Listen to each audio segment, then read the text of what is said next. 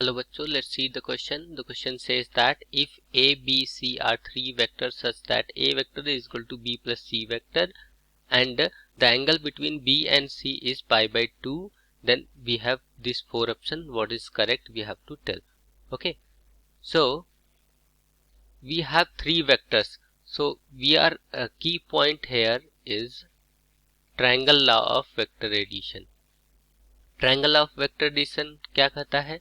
Triangle law of vector addition कहता है कि अगर हमारे पास ये इस तरह से अगर तीन वेक्टर्स होते हैं और मान लेते हैं कि ये इस क्रम में दो वेक्टर हैं, ये मान लेते हैं कि ए वेक्टर है और ये हम मान लेते हैं कि बी वेक्टर है, तो इनका अगर हम सम करते हैं, यूं कह लीजिए कि ए वेक्टर प्लस बी वेक्टर करते हैं, तो ये जो होता है ये थर्ड वेक्टर के इक्वल आएगा।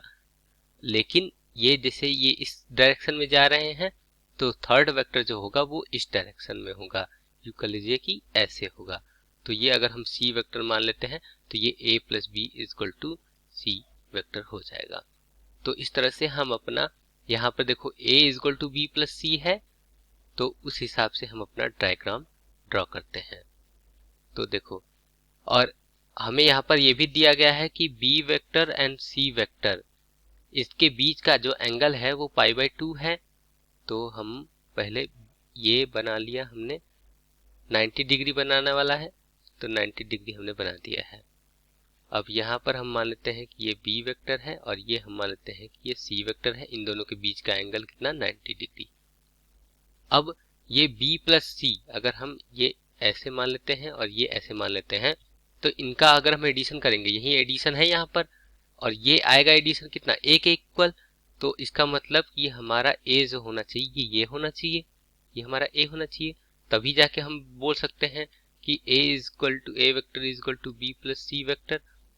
अब ये वेक्टर है, इनका अगर हम क्या कर देते हैं? स्क्वायर कर देते हैं।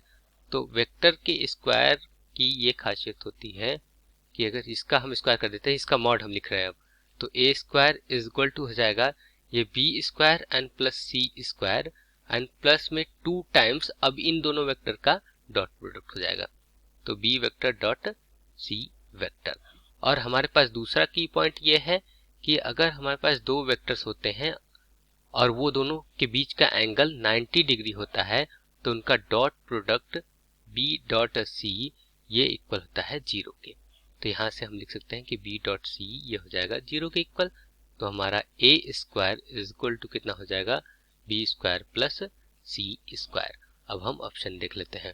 तो ऑप्शन हमारा A square is equal to B square plus C square, ये फर्स्ट वाला और ऑप्शन हमारा क्या है? सही है। तो hope you understood the concept well. All the best.